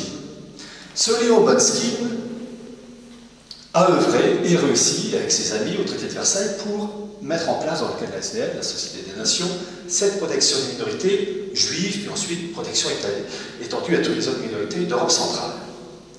Ce Léon Motzkin a continué à travailler dans le cadre de la SDN jusqu'à sa mort en 1933 pour donc toute la protection des minorités, car il faut favoriser, finalement, la finalité du truc, c'est de favoriser à concasser les États pour les subdiviser et permettre une meilleure assimilation à l'esprit des droits de l'homme. L'obsession de la synagogue à vouloir toujours protéger les minorités et les droits de l'homme en tout genre en fonction des lois du noachisme. Ce Léon Motzkin meurt en 1933 et il est remplacé pour ses fonctions par un autre juif qui s'appelait Nahum Goldman, qui 3 ans plus tard, en 1936, devient le premier président du Congrès juif mondial. Ce congrès juif mondial voit le jour donc en 1936 avec Naum Goldman, qui va donc continuer l'œuvre de Lomotsky, protection de minorité, mais aussi des droits de l'homme, toujours ce noachilisme appliqué, étendu, affiné. Et il va être secondé, ce Naum Goldman, président du congrès juif mondial, par un juif allemand qui s'appelait Gerhard Rickner, né en 1911, mort en 2001, avocat de son État, et qui va être pendant à peu près une soixantaine d'années le secrétaire général du Congrès juif mondial. Autant vous dire, il connaît la boutique. Ce Gerhard Rickner a écrit ses mémoires « Ne jamais désespérer » aux éditions Cerf. J'ai lu ses mémoires. Passionnant, car là, on a l'application pratique des volontés rabbiniques dans l'organisation du monde. Au lendemain de la Seconde Guerre mondiale, vous avez le lancement de ce qu'on appelait la Charte de San Francisco et des Nations Unies avec la Déclaration universelle des droits de l'homme. Novembre 1944, réunion du Congrès juif mondial aux États-Unis dans un petit patelin qui s'appelait Atlantic City. Mettre en place toutes les mesures en faveur des droits de l'homme, la protection des minorités. Et sur ce point-là, ils vont vraiment réussir. Car ils vont réussir à mettre en place tout un corps de doctrine et je vous lirai certains passages, puisqu'en particulier, la mise en place de ces mesures va permettre de façonner les esprits de la planète entière.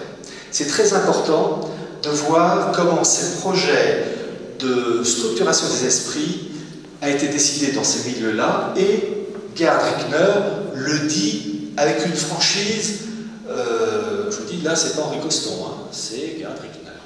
Bien. Alors, c'est très intéressant de voir, en particulier, et je vais vous lire le passage qui convient, si je retrouve, ce que dit Gerhard Rickner, page 264, suffit de lire. Conformément aux décisions adoptées à Atlantic City, donc c'est en novembre 1944, les représentants juifs œuvrent à San Francisco, dans le cadre des Nations Unies, un système de protection des droits de l'homme aussi complet et efficace que possible. Ainsi, les organisations juives interviennent-elles pour la modification du premier projet de la Charte de concert avec les autres organisations, notamment américaines. Je puis affirmer que les délégués juifs ont joué un rôle capital dans la formulation de certaines dispositions du projet de la Charte. Les résultats de leur intervention se retrouvent dans le texte de la Charte de San Francisco, ne se limitant pas au préambule et à l'article 1 qui mentionne les droits de l'homme comme l'un des objectifs de la future organisation des Nations Unies. Ils ont introduit le principe du respect des droits de l'homme dans 4 ou 5 autres articles. De plus, ils ont réussi à imposer que la seule commission permanente prévue par la Charte soit celle des droits de l'homme. Les articles en question sont les articles 7, 11, 14, 26, 29 et 30. Je ne vais pas tous vous les expliquer, il y en a qu'un que je vais vous citer, c'est l'article 26. L'article 26 qui traite de l'éducation. L'éducation, tout le monde est pour l'éducation. Mais qu'est-ce qu'on met dedans? Et là, j'avoue que j'ai souri, mais Gerhard Rickner le dit avec une franchise. 2 ou 3 exemples attestent nos réussites. L'article 26 de la Déclaration universelle des droits de l'homme dit « Toute personne a droit à l'éducation ». On spécifie alors l'éducation primaire, secondaire, supérieure. Mais personne ne s'était demandé dans quel esprit l'éducation doit être dispensée. Ah, Monsieur Lefebvre? Ah non, non, non. Nous nous sommes alors efforcés d'introduire dans ce texte un paragraphe sur l'esprit dans lequel l'éducation doit être dispensée. Je lis l'article. L'éducation doit viser, c'est le texte officiel, l'éducation doit viser au plein épanouissement de la personnalité humaine et au renforcement du respect des droits de l'homme et des libertés fondamentales. Elle doit favoriser la compréhension, la tolérance et l'amitié entre toutes les nations et tous les groupes raciaux et religieux, ainsi que le développement de l'activité des Nations Unies pour le maintien de la paix. Voilà, ça c'est du noachisme à plein nez. Et Gerd Rickner ajoute, sans nous, ce paragraphe n'existerait pas. Bien. Donc, il faut formater les esprits d'une certaine manière. Alors, l'action de Gerd Rickner est allée plus loin. Parce que la fameuse Déclaration universelle des droits de l'homme, qui a vu le jour au Palais de Chagnon en novembre-décembre 1948, a été, dans son ensemble, élaborée par les dirigeants du Congrès juif mondial, donc de tradition rabbinique qui va avec et du noachisme. Et d'ailleurs, il écrit texto, ils ont été deux en particulier, lui, Gerd Rickner, et un autre qui s'appelait Binnenfeld, et il dit ceci, que je cite,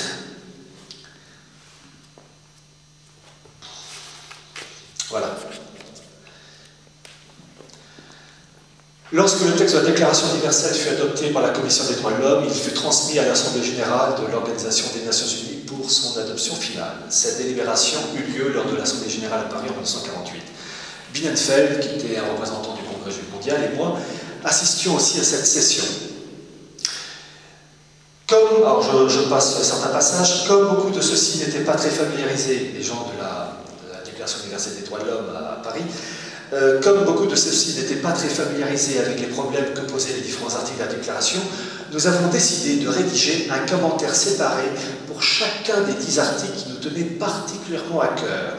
Nous adressâmes ces commentaires par lettre personnelle à tous les membres de la 3e commission qui étaient chargés d'élaborer le texte final. Nous sûmes que ces commentaires avaient été beaucoup appréciés par les destinataires et avaient influencé un certain nombre de votes. Voilà, la Déclaration universelle des droits de l'homme vient de ces gens-là. Dites-vous, ce n'est pas l'effet de hasard. En fait, c'est du noachisme appliqué. Du noachisme appliqué et développé. L'action de Gerd Rickner va encore plus loin, car il faut une organisation planétaire pour régenter l'humanité, les gentils. Mais je vous ai cité le cas du catholicisme, qui est la religion qui agace, et ce n'est pas d'euphémisme, ces gens-là. Et l'action de Gerd Rickner a été déterminante dans le cas de Vatican II en liaison avec le cardinal Béat, Augustin Béat. Et il écrit d'une manière nette et précise l'action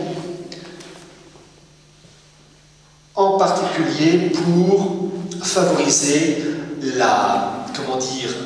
deux choses, la liberté religieuse et un document qui ouvre la porte du judaïsme, qui est le document Nostra Aetate de notre temps. Et dans cette histoire, le Congrès juif mondial va jouer un rôle déterminant. Alors, je vais vous citer les quelques passages absolument importants à connaître. Il faut d'abord savoir qu'avant Vatican II, les prémices ont eu lieu en août 1947 en Suisse avec ce qu'on appelait la conférence de Zelisberg, qui réunissait des pasteurs, des prêtres et des juifs qui voulaient mettre le judaïsme à l'honneur et surtout réformer le catholicisme pour le rendre plus ouvert au judaïsme. Et parmi les intervenants, il y en a un qui a pesé très lourd et que vous connaissez tous, car il a donné son nom à un livre d'histoire. Il s'appelait Jules Isaac, le fameux livre Le Malais Isaac. Et ce Jules Isaac avait perdu sa femme et sa fille dans les camps de concentration nazies, et il a estimé que, lui et ses amis, que le catholicisme anti-judaïque, pas antisémite, anti-judaïque, était à l'origine des crises et du génocide juif de la Seconde Guerre mondiale. Évidemment, ce qu'il pensait est archi-faux, puisque le catholicisme a été aussi victime du nazisme. Je vous rappelle que le nazisme a été condamné par le pape Pie XI, mit Brennendersang, d'un souci ardent. Donc, le nazisme est un paganisme, est une perversion. Mais lui, il a estimé que c'était le catholicisme qui avait favorisé, avec le temps, cette politique. Bon. Le Jules Isaac, il a été reçu par Jean XXIII. Il a même remis un mémorandum à Jean XXIII, qui avait donc lancé Vatican II. Et c'est surtout Paul VI qui, lui, a permis la mise en place de cette chose-là. Alors, il faut savoir, il faut que je retrouve le passage, que, en fait, il y a un document que je veux à tout prix vous citer, et je me demande si je l'ai noté. Voilà. Je vais vous le citer parce qu'il est véritablement... Vous avez un représentant du Congrès juif mondial qui s'appelait Maurice Perlzweig, qui a remis en février 1962 un document à la Curie romaine, et plus exactement au cardinal Béat, pour mettre en place le document qui allait lancer Nostra Aetate. Et en fait, ce document spécifie clairement qu'il faut mettre en valeur le Dieu unique de tous les hommes, comme socle de référence. On reconnaît là parfaitement l'idée du noachisme qui combat le polythéisme, et sous-entendu le polythéisme catholique, la Sainte Trinité.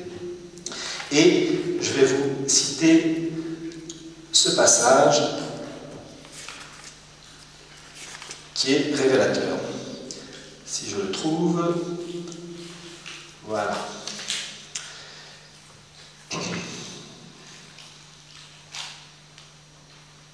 Alors, il y a une chose qui est très intéressante dans ce que raconte Gerd Rickner, que j'aurais pu évoquer, je me dépêche de vous le dire. Gerd Rickner stipule clairement, là je fais un petit retour en arrière, que la révolution bolchevique a eu des ambassadeurs dans les premières années de l'Union soviétique qui étaient tous juifs, sauf un, il donne son nom, Potemkin. Mais en dehors de celui-là, tous les ambassadeurs de la jeune Union soviétique étaient juifs. Alors, je reviens à Vatican II, où il dit ceci. Il parle de Maurice Perlzweig, entouré d'amis comme Joseph Lichten, qui était de l'Anti-Defamation League, du Naibrit, et le Perlzweig en question était le directeur du département des affaires internationales du Congrès juif mondial à New York. Et cet homme, entouré donc de ses amis, a rédigé un document qui a été l'élément qui a permis l'élaboration et le lancement de Nostra Aetate. Et il dit ceci dans ce document de février 1962. Nous adhérons sans réserve à la doctrine inhérente à la Déclaration universelle des droits de l'homme des Nations Unies que le Congrès juif mondial a élaboré, selon laquelle la pleine jouissance des droits de l'homme est la prérogative de tous les êtres humains sans discrimination de race, de croyance, de sexe ou de langue. La lutte contre l'antisémitisme fait pour nous partie de la lutte pour l'émancipation de l'humanité entière. Et donc, on voit que ce document, élaboré dans le cadre de Vatican II pour le cardinal Béat, a été un document qui a permis la reconnaissance de la synagogue et de ses préceptes par Vatican II. Et je vais terminer l'action du Congrès juif mondial et de ses représentants auprès de Vatican II et de ses dirigeants par ce passage extraordinaire, page 388. Écoutez ceci. Il n'y a pas de doute que la grande personnalité qui a élaboré et imposé ce texte, Nostra Aetate, et qui s'est battu pour cette nouvelle théologie des Juifs, sur les Juifs et le judaïsme, était le cardinal Augustin Béat. Il a été soutenu dans son action par le pape Jean XXIII et par son successeur, le pape Paul VI, qui a su mener la barque à bon port. Il est tout à fait remarquable que les deux textes les plus novateurs du Concile Vatican II, celui sur les Juifs et celui sur la liberté religieuse, étaient tous les deux l'œuvre du cardinal Béat. Ce fut l'une de ses grandes contributions au Concile. Béat était soutenu dans cette tâche par plusieurs grandes figures de Concile, et là, ici, toute une série de noms, je vous les passe, et il ajoute ceci. Rickner dit ceci. De plus, le cardinal Béat a souligné avec raison que de tous les textes adoptés par le deuxième concile du Vatican, celui sur les Juifs est le seul qui ne contient aucune référence aux enseignements traditionnels de l'Église, qu'ils soient patristiques, conciliaires ou pontificaux. Cela démontre, à l'évidence, le caractère révolutionnaire de cet acte. Donc vous voyez que là, la synagogue a réussi à imposer son point de vue à l'Église. Et je vais vous citer le cas pour le judaïsme d'éradiquer le catholicisme qui est la religion qui les enquiquine, pour ne pas dire autre chose. Il va de soi que le sacerdoce catholique est une chose à abattre. Alors, je ne suis pas théologien, j'ai quelques notions, mais quelques notions ne remplacent pas des années d'études. Je sais que la nouvelle réforme, qui date de juin 1968, Pontificalis Romani, qui change les formules pour ordonner un prêtre, certains disent que c'est toujours bon, d'autres disent que c'est faux. N'étant pas théologien, je ne vais pas m'avancer sur ce point-là. Mais à partir du moment où il y a un doute, certains disent que le doute invalide. Mais une chose est sûre, si on suit les préceptes de Rabbin Ben Amozeg et de la tradition rabbinique qui va avec, il va de soi qu'il faut impérativement modifier l'ordination des prêtres, faire des laïcs déguisés en curés, qui distribuent du pain et qui ne confessent pas. Car tant que le prêtre existe, il empêche le retour du Messie, du roi des Juifs.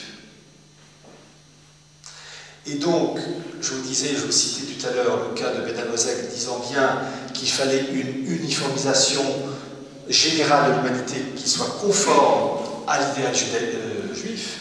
À partir du moment où il y a encore des restes de l'hérésie, entre guillemets, catholique, on ne peut pas réaliser cet idéal du Jardin d'Éden.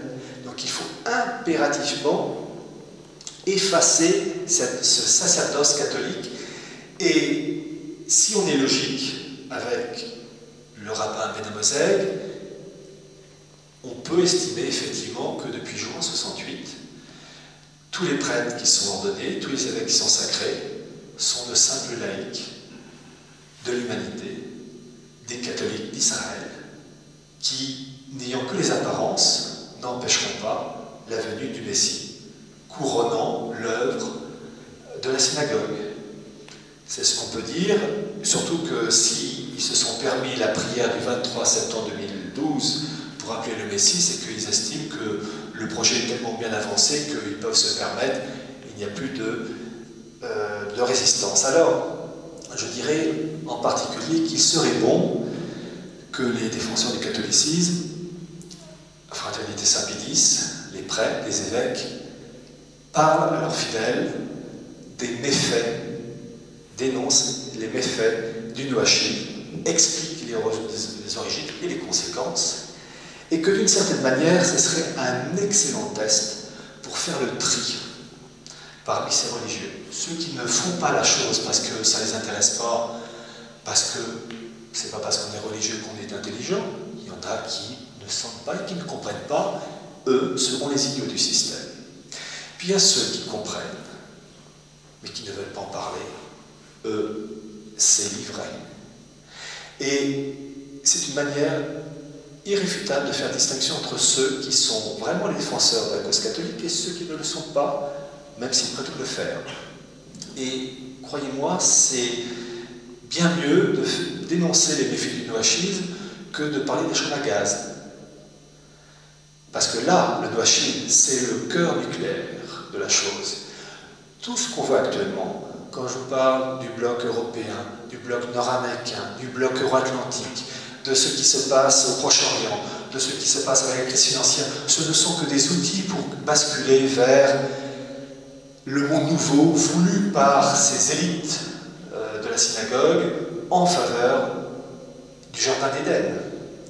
Et donc, il faut, pour les représentants catholiques, dénoncer avec force les auteurs et combattre. Et ceux qui ne le font pas, bah, soit ils sont idiots, soit ils sont pas nets.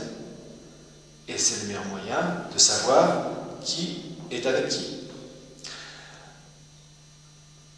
En tant que catholiques, ils n'auront pas le dernier mot.